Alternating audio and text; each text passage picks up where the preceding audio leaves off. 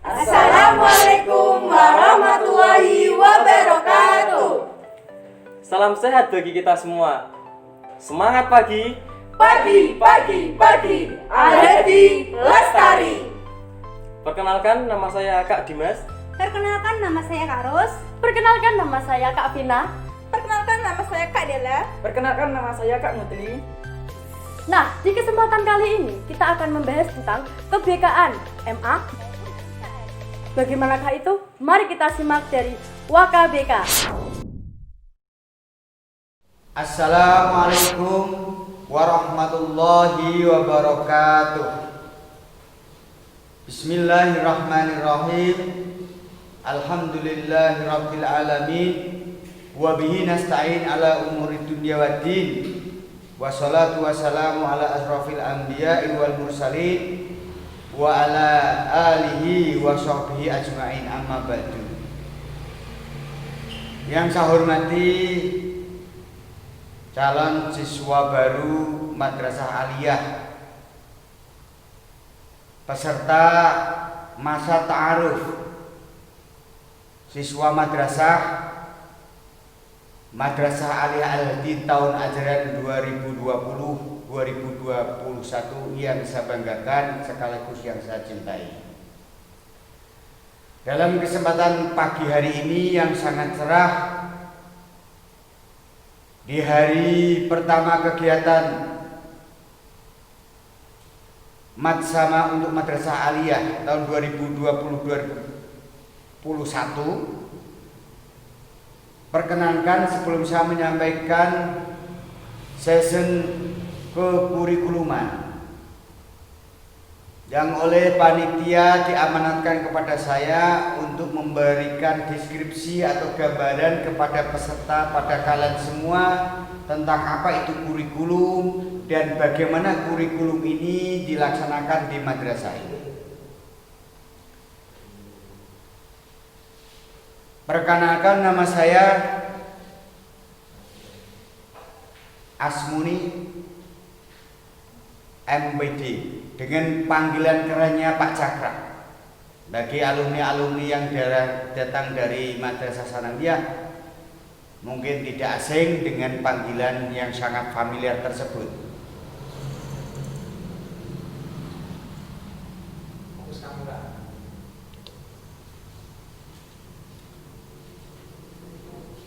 Di dalam pengabdian kami di lembaga pendidikan Madrasah Aliyah ini, saya untuk tahun ini di posisi kurikulum, sehingga oleh lembaga, oleh panitia Matsama, saya harus menjelaskan sedikit tentang gambaran kurikulum itu apa, kurikulum yang dipakai di Madrasah Aliyah ini kayak apa.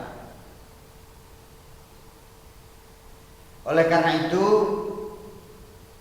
dalam kesempatan dengan bahasa cekak dan ringkas, perkenalan ini cukup nama, tidak usah ke alamat. Nanti bisa di kemudian hari yang lebih intens dalam ikatan emosional yang nanti dibangun dalam kegiatan-kegiatan yang lain. Bicara tentang kurikulum, mungkin itu sebuah kata yang sangat familiar di telinga kalian semua, tetapi kurang mampu bisa menjelaskan kurikulum itu apa. Sebelum saya bicara tentang kurikulum dan termasuk terminologi serta pengertian kurikulum secara mendalam, saya akan ibaratkan bahwa kurikulum itu kalau sebuah tubuh manusia. Kalau tubuh manusia itu terdiri dari komponen kepala, tubuh, kedua kaki dan kedua tangan. Di dalam pendidikan, sebagaimana dalam Sisdiknas ada 8 standar nasional pendidikan yang harus terpenuhi agar pendidikan ini betul-betul berkualitas dan menghasilkan sebuah lulusan yang sangat berkualitas. Salah satu dari 8 standar itu adalah standar proses dan standar isi. Jadi isi dan proses. Kalau tadi saya menyatakan dalam konteks ibarat anggota tubuh, yang dimaksud standar isi dan proses bagian dari kurikulum itu adalah tubuh itu sendiri. Di mana dalam rangkaian pengelolaan 8 standar ini, pendidikan ada di standar isi dan proses. Sebagaimana anggota tubuh kita dari ujung kaki sampai ujung kepala, itu tubuh memegang peranan yang vital dalam kehidupan kita. Satu contoh, mungkin kaki kita boleh cacat, tapi ketika tubuh ini sehat, maka kehidupan akan berjalan secara normal. Tapi kalau kaki komplit, kepala pun ada komplit, ganteng dan cantik, tapi tidak ada tubuhnya, maka tidak akan ada kehidupan. Sebagaimana pendidikan begitu, ada standar sarana prasarana, ada standar keuangan. Tetapi ketika kurikulumnya tidak benar, maka kadangkala kualitas pendidikan juga sangat dipertaruhkan. Oleh karena itu, kalau kurikulum itu ibarat sebuah tubuh tadi, maka harus kita kupas di dalam tubuh itu ada apa saja. Ada isi-isinya apa saja. Nah, isinya apa? Bagaimana proses? Bagaimana kinerja isi itu? Sehingga menghasilkan sebuah output, sebuah lulusan yang sangat berkualitas. Tapi nanti akan kita bahas secara mendalam. Kita kembali kepada sejarah kurikulum. Jadi pengertian kurikulum secara kata itu dari mana tuh? Kurikulum dari dua kata, kurir dan kurir, dari bahasa Yunani. Kurir itu orang yang disuruh. Kemudian kurere itu tempat berpacu. Kalau itu ibarat sebuah arena olahraga. Bahasa singkat kurikulum secara harfiah diartikan merupakan jarak yang harus ditempuh seseorang sampai pada finish sehingga dia memperoleh medali. Dari terminologi ini saja, bahwa berarti ada proses aktivitas yang dilakukan dari awal sampai akhir sampai finish sehingga menghasilkan sesuatu yang bisa dinilai, bisa dihargai. Oleh karena itu, kemudian ketika terminologi itu kita kupas secara mendalam, kurikulum diartikan sebagai sejumlah mata pelajaran yang harus ditempuh oleh seluruh siswa dari awal dia masuk dalam proses pembelajaran sampai dia melakukan evaluasi dan memperoleh penghargaan berupa ijazah.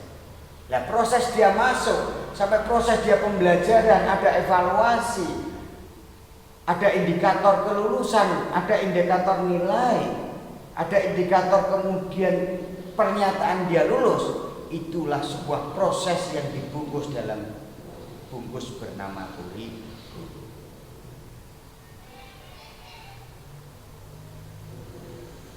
Menurut Sistem Pendidikan Nasional nomor 20 tahun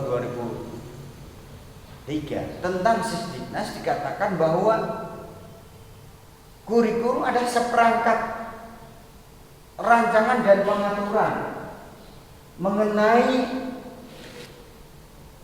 tujuan, isi dan proses pembelajaran, termasuk di dalamnya tata cara yang digunakan sebagai pedoman penyelenggaraan kegiatan pembelajaran sehingga mencapai tujuan tertentu. Persis dengan terminologi pertama tadi, ada sebuah aktivitas, ada sebuah instrumen yang berisi isi, kegiatan, tujuan, evaluasi berupa bentuk kegiatan pembelajaran dengan tujuan yang ingin dicapai adalah lulus tentunya bagi seorang siswa. Lah, kegiatan dari awal sampai akhir itulah pengertian dari kurikulum. Jadi kata-katanya boleh beda dari terminologi awal tadi secara harfiah, kemudian secara umum, termasuk pengertian secara Undang-Undang Nomor 20 Tahun 2003. Pada intinya adalah kurikulum merupakan seperangkat rencana dan pengaturan mengenai isi, tujuan, dan proses serta tata cara sebagai pedoman penyelenggaraan kegiatan pembelajaran guna mencapai tujuan tertentu. Oleh karena itu, dari pengertian ini saya harapkan nanti anak-anak semua punya gambaran secara utuh rencana apa yang akan dilakukan oleh lembaga Madrasah Alia Al-Hadi ini, isinya apa saja, kemudian tujuan yang hendak dicapai apa saja. Kan ada orang yang menyatakan sekolah kan juga begitu-begitu tuh Pak, yang penting pagi berangkat, siang pulang, mendengarkan keterangan Pak Guru, ada ulangan dikerjakan. Apa cukup seperti itu? Pertanyaan-pertanyaan itulah yang kemudian harus kita jawab dengan sebuah bukti nyata, dokumen kurikulum yang nanti menjadi pijakan lembaga ini untuk menyelenggarakan proses pembelajaran. Karena kurikulum itu kalau saya persentase kedudukan 90% dari proses pendidikan itu sendiri. Yang lain 10% bisa dibagi ke sarana prasarana, ke pengelolaan. Saya akan sedikit membuka perbandingan cara berpikir kalian. Bagian dari perenungan saya selama ini, kenapa sih era 20, 30 tahun yang lalu, bahkan 50 tahun yang lalu, proses pembelajaran yang dari sudut sarana prasarananya sangat minim, bahkan hanya di emperan masjid, bahkan di emperan musola, tapi mampu menghasilkan sebuah pembelajaran yang berkualitas dengan bukti melahirkan output atau lulusan orang-orang yang membuat karya besar. Ulama-ulama terdahulu itu lahir dari sebuah lembaga pendidikan yang tidak megah, dari sebuah fasilitas yang jauh dari kata memadai, tetapi mampu menghasilkan sebuah proses pembelajaran, mampu menghasilkan sebuah ilmuwan, mampu menghasilkan sebuah ulama besar dengan karya besar. Ketika kita bandingkan dalam konteks kekinian dengan segala fasilitas yang dimiliki oleh lembaga pendidikan, dengan standar pengelolaan yang digadang-gadang 8 standar tadi, dengan keuangan yang disupport oleh negara, tapi kadangkala hasilnya, output atau hasil dari proses pendidikan itu biasa-biasa saja. Berarti ada yang salah di dalam proses pengurusan itu. Setelah diteliti, ternyata di kurikulum itulah kadangkala menjadi faktor, salah satu faktor pemicu. Jadi gambaran sekilas mengenai betapa pentingnya kurikulum dalam proses pembelajaran di satuan pendidikan itu kalau boleh saya presentasi itu punya peran 90% dibandingkan komponen-komponen yang lain. Mohon maaf, bukan berarti komponen yang lain itu tidak penting, sangat penting. Tapi dari perbandingan era 30 tahun yang lalu dengan sekarang dengan segala fasilitas, tetapi output yang dihasilkan sangat berkualitas di era-era 30 tahun yang lalu. Itu karena memang bungkusnya jelas. Karena di dalam kurikulum sebagaimana saya sampaikan tadi itu ada standar proses yang baku, ada isi yang jelas. Kalau ibarat tubuh yang saya umpamakan tadi, bahwa kinerja kehidupan kita itu ada unsur jantung, paru-paru, pencernaan. Ketika ini bekerja sebagaimana mestinya normal, maka akan menghasilkan sesuatu energi yang kuat, kesehatan yang luar biasa. Nah, di era dulu dengan segala keterbatasan itu di kurikulum jelas ada unsur isinya itu siapa? Ya mata pelajaran yang jelas. Ketika targetnya itu ingin menguasai kita, jelas. Dia kuasai betul itu bidang fikih, maka dia menjadi ulama fikih. Ketika dia ingin kuasai nahwu, dia menjadi seorang ulama di bidang ahli nahwu. Ketika seseorang itu ingin mendalami hadis, dia fokus kepada itu, tertata secara rapi. Maka komponen mata pelajaran itu menjadi penentu di dalam isi kurikulum tersebut. Kemudian tenaga pendidiknya itu sangat kompatibel, sangat profesional atau tidak. Artinya begini, gurunya itu linear enggak dengan mata pelajarannya. Banyak pembelajaran itu yang dipaksakan guru satu dengan disiplin ilmu satu, tetapi dipaksa di dalam kurikulum itu mengajar banyak pelajaran. Berbeda dengan pembelajaran era 30 tahun yang lalu. Mau mempelajari ilmu nahwu, maka yang ngajar ya guru nahwu. Kalau ingin mempelajari tentang hadis, ya guru hadis, pakar ilmu hadis. Ini gambaran. Jadi tenaga pendidik sangat menentukan dalam proses bingkai kurikulum itu. Yang kedua, peserta didiknya juga. Ada ghirah yang luar biasa, ada niatan yang luar biasa, ada keprihatinan yang luar biasa yang dilakukan oleh orang-orang yang menuntut ilmu di era 30 tahun yang lalu. Maka tatkala kemudian proses itu dilalui dengan segala dinamikanya, mereka kuat sampai pada titik finish terakhir sehingga dia lulus dengan predikat tertentu, ahli hadis, ahli fikih. Tapi sekarang, panjenengan semua anak-anakku yang saya cintai, ketika saya tanya kalian mau ambil jurusan apa, wah bingung, tanya sana sini, teman, saudara, kakak, bapak, ibu. Saya enaknya apa ya? Atau bisa jadi ikut alur. Temennya IPA ya saya tak IPA.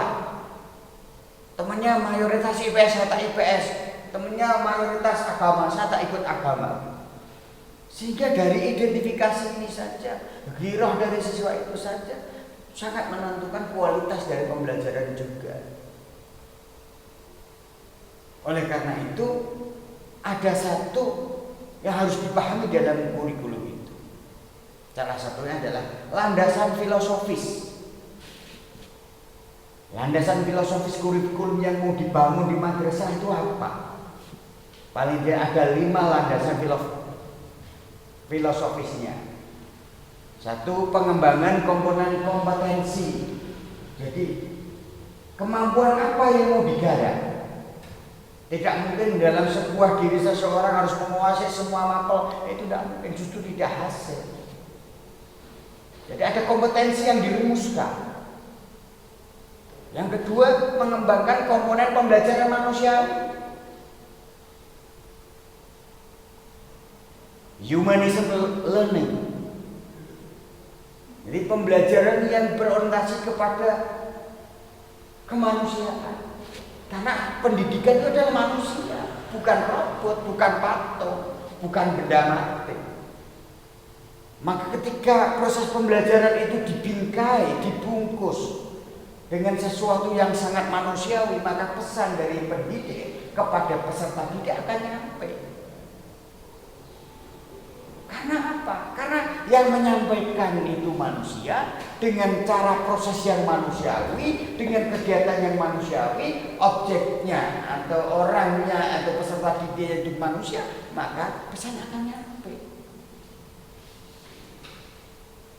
Ada sebuah lembaga pendidikan yang peserta didiknya itu diibaratkan seperti benda mati. Hanya jejalan materi-materi versi pemikiran guru saja. Kemudian ketika tidak bisa menangkap apa yang disampaikan oleh guru, kemudian dicap bodoh. Dicap bodoh. Secara filosofi ini sangat bertentangan. Yang ketiga, mengembangkan komponen materi-materi yang jelas. Jadi guru harus pintar mengambil materi ini. Nanti di dalam prinsip kurikulum itu ada relevansi. Relevan enggak materi yang disampaikan? Saya itu punya teman itu yang punya lembaga pendidikan di Brebes itu pada saat itu mayoritas peserta didiknya itu dari kalangan pesisir pantai. Maka ketika lembaga pendidikan ini buka jurusan, awal kali buka itu jurusan perikanan, semua bingung, semua terbingung. Lekak ngambil perikanan mau buat apa? Termasuk dari lembaga-lembaga resmi itu memanggil itu pemangku kebijakan perumus kurikulum itu ditanya, kok bisa mengambil perikanan? Apa memang laku? Apa memang nanti cocok dengan peserta didik? Apa jawaban dari pengelola perumus kurikulum? Dia menyatakan bahwa mayoritas murid kami adalah kaum nelayan, kaum pesisir pantai. Saya tahu betul karakter dan kebutuhan mereka. Maka saya rumuskan kurikulum ini ke arah jurusan perikanan dengan harapan apa? Karena jurusan ini nantilah yang relevan dengan kehidupan kelak setelah dia lulus. Jadi kami tidak terjebak kepada sesuatu yang sifatnya euforia. Oh, saat ini ada jurusan IT, saat ini ada jurusan perbengkelan, oh saat ini ada jurusan pertukangan. Tapi lupa peserta didiknya itu adalah orang-orang yang berangkat dari kaum nelayan, dia tidak jalan. Ternyata penjelasan itu bisa diterima, kemudian dalam kurun waktu kurang lebih 5 tahun menjadi sebuah lembaga pendidikan yang sangat disegani. Karena apa? Ada relevansi materi yang diajarkan dengan kebutuhan siswa itu kelak setelah dia hidup di masa. Yang keempat, mengembangkan komponen pembelajaran. Komponen pembelajaran itu ada gurunya, tadi sudah tak singgung. Gurunya profesional atau tidak, muridnya punya giroh semangat yang luar biasa atau tidak, metodenya cocok atau tidak, materinya sangat relevan atau tidak, indikator evaluasi yang cocok atau tidak, target yang ingin dicapai apa, itu jelas dirumuskan dalam pembelajaran. Gurunya the best, profesor, doktor. Sementara muridnya lemah motivasinya, ya nggak nyambung. Muridnya punya motivasi tinggi, tetapi kemampuan tenaga pendidiknya lemah, tidak nyambung juga. Gurunya oke, siswanya oke, tapi pembelajarannya tidak target. Isinya ya asal Assalamualaikum warahmatullahi wabarakatuh, ngerkan cuaca. Assalamualaikum warahmatullahi wabarakatuh. Selesai. Evaluasinya juga tidak ada rumusannya, target yang ingin dicapai tidak ada. Ya percuma meskipun itu the best. Jadi komponen pembelajaran ini penting. Kemudian komponen evaluasi. Komponen evaluasi sangat menentukan dalam pemikiran taksonomi Bloom itu indikator evaluasi proses pembelajaran meliputi 3 ranah. Ranah kognitif atau pengetahuan, kemudian ranah afektif itu sikap, dan yang ketiga ranah psikomotor itu keterampilan. Ini harus sinergi. Kalau boleh saya katakan itu seperti antara gas, rem sama persneling, ini harus style. Punya kemampuan pengetahuan bagus, tetapi afeksinya lemah, tidak akan menjadi murid yang berkualitas. Pengetahuannya bagus, keterampilannya bagus, afektifnya lemah. Afektifnya bagus, pengetahuannya lemah, psikomotornya lemah, tidak. Tiga-tiganya harus sinergi. Seperti orang naik sepeda motor kan begitu. Masa mau nekan gas terus? Ya nanti nabrak-nabrak. Masa mau nekan rem terus? Ya nanti dia jalan. Masa antara gas, rem, throttle kayak orang ajaran itu? Ya nyendak-nyendak. Nah, ketika evaluasi itu mencakup 3 ranah ini, pengetahuannya oke, afektifnya oke, psikomotornya oke, maka akan menjadi pribadi-pribadi yang sesuai dengan tujuan pembelajaran itu. Itu secara filosofis. Kemudian landasan sosiologis. Jadi sebuah landasan, sebuah kurikulum yang dibangun berlandaskan kepada sosial kultur yang ada di sekitar sini. Ada kearifan lokal yang harus dibangun. Misalkan Al-Hadi Girikusuma, masyarakatnya sangat nahdien sekali. Kemudian pakai sebuah materi-materi yang sangat daki-daki, kayak orang-orang yang bicara tentang apa itu, dalil-dalil yang kayak orang yang di TV-TV timun-timun. Ya tidak jalan. Jadi landasan kurikulum yang dibangun ya berdasarkan pada kearifan lokal yang dimiliki di madrasah ini. Persis yang saya ceritakan tadi. Masyarakat pesisir ya landasannya sosial pesisir. Jangan dipaksa seperti Jakarta yang mungkin kota megapolitan. Al-Hadi di Girikusuma dipaksa seperti orang Jakarta. Ya kacau, orangnya tidak bisa seperti orang Jakarta. Kecuali rambutnya saja yang disembelih kayak orang Jakarta. Jadi kurikulum harus dibangun dari landasan masyarakat, nilai-nilai sosial di masyarakat tersebut. Kemudian landasan psikologis, landasan psikis, anak juga diperhatikan. Ada sebuah adagium yang menyatakan tidak ada orang yang 100% bodoh, tidak ada orang yang 100% pintar. Karena di balik kebodohan tersimpan potensi yang luar biasa untuk menjadi orang pintar. Di balik kepintaran seseorang tersimpan kelemahan yang luar biasa. Maka dalam konteks ini dengan kelas yang sangat hidrogen, tentunya wajar ketika kelas itu ada yang pintar, ada yang sedang, dan ada orang yang dengan bahasa agak kasar itu bodoh. Tapi ini harus dipahami karena filosofinya manusia secara psikis itu berbeda, kemampuan, bakat, minatnya. Maka ketika ada guru punya pemikiran, ada guru yang punya pemikiran, anak ini seakan cetak menjadi the best semua. Itu mimpi di siang bolong. Oh tidak mungkin, dan guru tidak bisa mencapai target itu ketika landasan psikis tidak diperhatikan. Itu dari kejiwaan peserta didik harus diperhatikan. Kemudian landasan yang terakhir adalah landasan hukum. Jadi lembaga pendidikan itu menyelenggarakan harus ada sandaran hukumnya. Madrasah kalau yang ada di Kemenak itu ya kepada Kemenak, yang di Aliyah itu ke Kemenak, Kemenak kabupaten, Kemenak provinsi, Kemenak pusat. Yang ada di dinas SMP ya ke dinas kabupaten, dinas provinsi, Kementerian Pendidikan dan Kebudayaan. Harus ada sandaran hukumnya sehingga ada standar yang sama. Meskipun karakteristik di masing-masing daerah lembaga pendidikan itu beda. Makanya nanti ada istilah muncul kurikulum satuan tingkat pendidikan. Jadi kurikulum yang dibangun dari satuan pendidikan itu sendiri. Jadi mungkin cara garis-garis besarnya sama di semua pendidikan di Indonesia sama, tetapi nanti ada kekhususan yang itu sangat mencirikan satuan pendidikan tersebut. Nah, termasuk nanti di Al-Hadi akan saya kupas sedikit tentang apa sih yang menjadi kurikulum unggulan sini, kurikulum yang menjadi pembeda di madrasah-madrasah yang lain.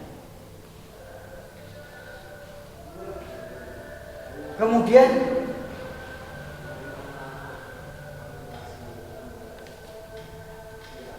tujuan pendidikan itu harus dirumuskan. Jadi tujuan umumnya apa, tujuan materinya apa, tujuan kelulusannya apa. Maka ada yang namanya tujuan standar kompetensi inti, ada standar kompetensi dasar. Ini menjadi pijakan kita di dalam membuat tujuan proses pembelajaran ini. Oke, itu sekilas tentang kurikulum bisa dipahami ya. Jadi intinya yang harus Anda pahami bahwa serangkaian kegiatan pembelajaran dari kalian masuk sampai kalian menerima ijazah itu sesuai nggak dengan kurikulum yang sehat tadi sebagaimana tubuh ini. Nak sehat saya ini jadi nggak akan menjadi lulusan-lulusan yang mutu. Ketika kamu menjadi lulusan yang mutu, maka secara tidak langsung lembaga menjadi lembaga pendidikan yang bermutu. Selanjutnya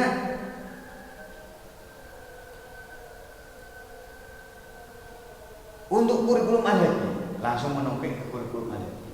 Secara umum sama, ada target kognitif yang ingin dicapai, ada afeksi yang ingin dicapai, ada psikomotor yang ingin dicapai. Tetapi melihat dengan relevansi yang kita miliki di lingkungan kita, sosiologis lingkungan kita, maka kita membuka jurusan agama yang menjadi salah satu branding atau istilahnya itu cap untuk lembaga ini. Karena begini, kadang saya juga bingung, dan jenengan juga bingung. Jadi lulusan madrasah kok sampai tidak bisa baca Al-Quran, kan lucu. Kalau lulusan SMK bisa bongkar motor ya memang pas. Tapi kalau lulusan SMA aliyah baca Quran tidak bisa. Disodori kitab yang gundul itu tidak bisa. Kan dipertanyakan, nah, struktur kurikulumnya kayak apa, yang digarap kayak apa. Maka lewat kajian yang mendalam beberapa tahun terakhir ini kemudian kita rumuskan. Kalau yang di Sanawiyah itu kemudian basisnya nanti keunggulannya ada di tahfidzul Quran dengan target-target tertentu sudah dicanangkan. Kemudian yang di aliyah ke pembacaan kita. Kenapa? Karena mereka orang-orang masyarakat itu tahunya ketika lulusan dari aliyah ya minimal disodori tulisan Arab bisa baca. Ada acara-acara orang tahlil, suruh tahlil bisa. Ada acara apa suruh Al-Quran bisa. Itulah output yang diharapkan dan ini akan menjadi branding tersendiri nanti. Maka cakupan kognitif, afektif, psikomotor harus linear. Harus linear ini. Kemampuannya bagaimana, dipraktekkan, keterampilan tahlilnya bagaimana, kemudian membacanya bagaimana, bisa tahlil, paham tentang tahlil, tapi sikapnya bagaimana. Wah, itu harus menjadi satu kesatuan, sesuatu yang integritif. Ini salah satu keunggulan madrasah aliyah kita. Jadi mohon maaf jangan disalahartikan. Jadi jurusan keagamaan bukan menjadi sesuatu yang istimewa, tapi menjadi salah satu branding yang akan kita jual ke masyarakat. Nanti kita garap dia eksak, dia harus fokus kepada laboratorium. Masa ambil jurusan eksak untuk mandi pengen samponan saja buat sampo tidak bisa, kan lucu. Giliran mapel pelajaran agama, ada yang sedikit nakal ditanya, akidah piye, akhlake piye? Oh, dipertanggungjawabkan langsung. Giliran yang jurusan IPA mau mandi saja sampo masih beli, tidak bisa buat sendiri. Nah, ini berarti ada yang salah. Minimal tahulah proses pembuatan sampo, bahan kimianya apa, namanya apa, proses pembuatannya gimana, meskipun tidak bisa menciptakan sendiri tapi tahu, ya berarti dia menguasai tentang eksak. Sosial juga begitu. Yang namanya ilmu sosial, ilmu tentang kepekaan sosial juga harus dibangun. Jangan malah acuh tak acuh terhadap lingkungan sekitar kita. Udah tahu kita di madrasah yang berbasis lingkungan agamis, cara berlaku kita sangat tidak agamis. Itu kan berarti tidak nyambung dengan jurusan kita yang sosialis, yang sosial tadi. Itu gambaran. Jadi agama fokus kepada kemampuan mengasah kitab kuningnya. Nanti yang IPA ya kita perdalam lagi riset-riset tentang laboratorium. Yang IPS sama. Masing-masing dipilih tanpa kemudian ada yang paling bagus, ini yang paling tidak ada, setara karena masing-masing punya porsi dan keunikan sendiri-sendiri. Ini yang digarap di kurikulum madrasah aliyah ini.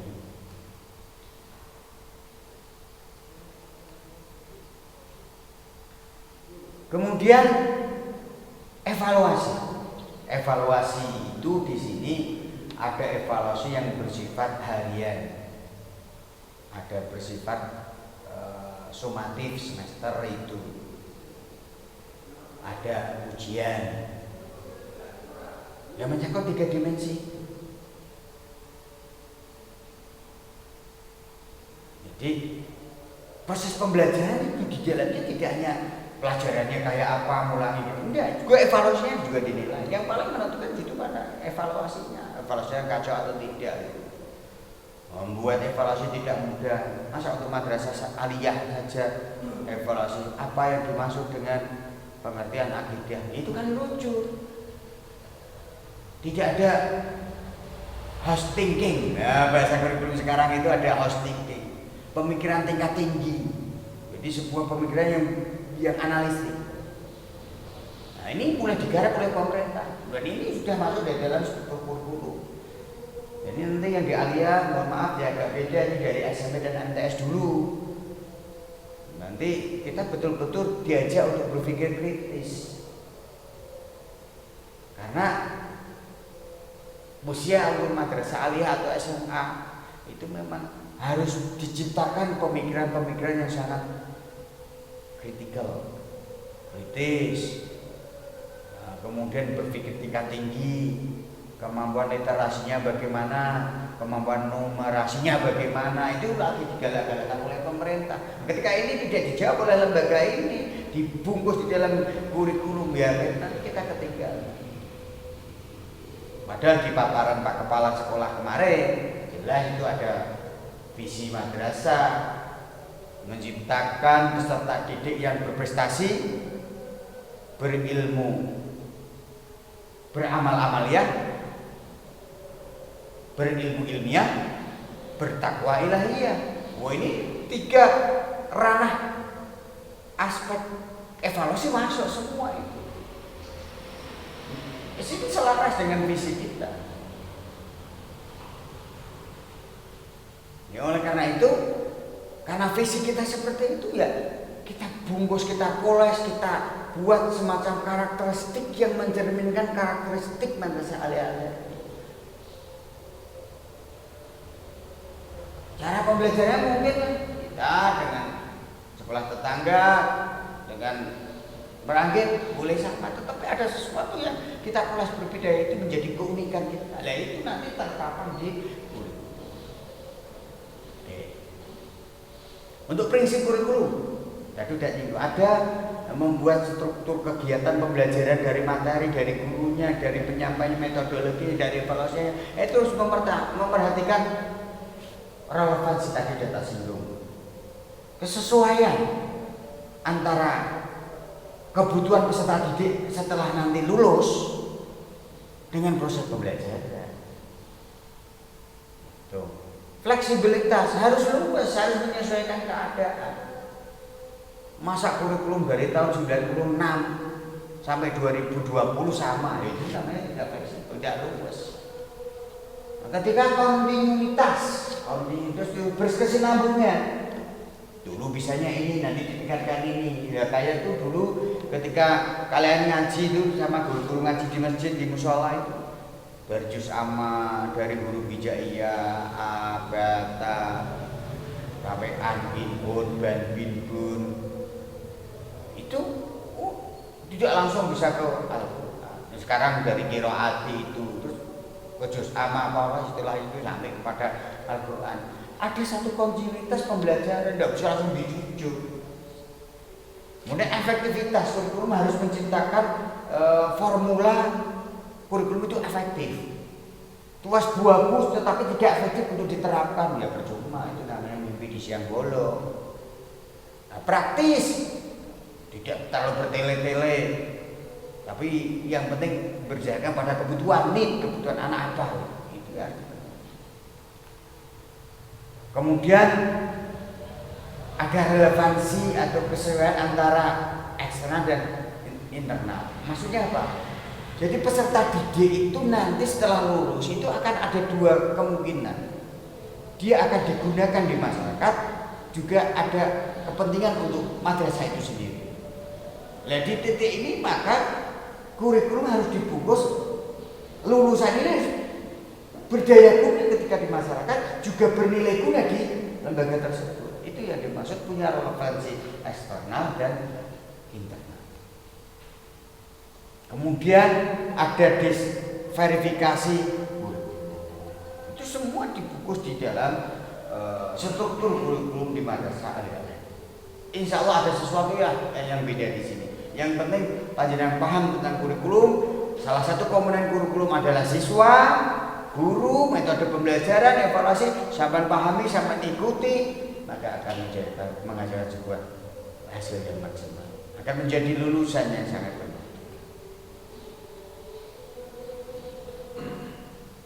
Kira-kira itu yang dapat saya sampaikan sekilas saja tentang kurikulum karena waktunya sangat pendek, nanti narasumber yang lain. Tapi yang jelas intinya saya simpulkan, ketika kita bicara tentang kurikulum maka dalam mindset pikiran jenengan adalah rangkaian kegiatan dari isi pembelajarannya apa, tujuan pembelajarannya apa, subjek pembelajarannya apa, siapa, metodenya apa, panduannya apa, kegiatannya apa, tujuan yang ingin dicapai apa, itu menjadi satu kesatuan. Ketika ini dipahami maka kurikulum ini akan punya nilai guna yang pada akhirnya akan menghasilkan sebuah lulusan yang berkualitas. Amin Allahumma amin. Akhir kata saya ucapkan selamat bergabung di keluarga besar Madrasah Aliyah Al-Hadi. Semoga tetap kerasan, semoga membawa berkah untuk kita semua. Amin Allahumma amin. Billahi taufik wal hidayah. Assalamualaikum warahmatullahi wabarakatuh. Nah, adik-adik, sekarang kan udah tahu nih tentang kebekaan di MTS Al-Hadi. Makin mantap kan sekolah di sini? Sekarang jangan lupa adik-adik untuk membuat jawaban dan Ditulis, Difoto. dikirim Di WhatsApp wali kelas masing-masing. Kami pamit ya. see you next time. Wassalamualaikum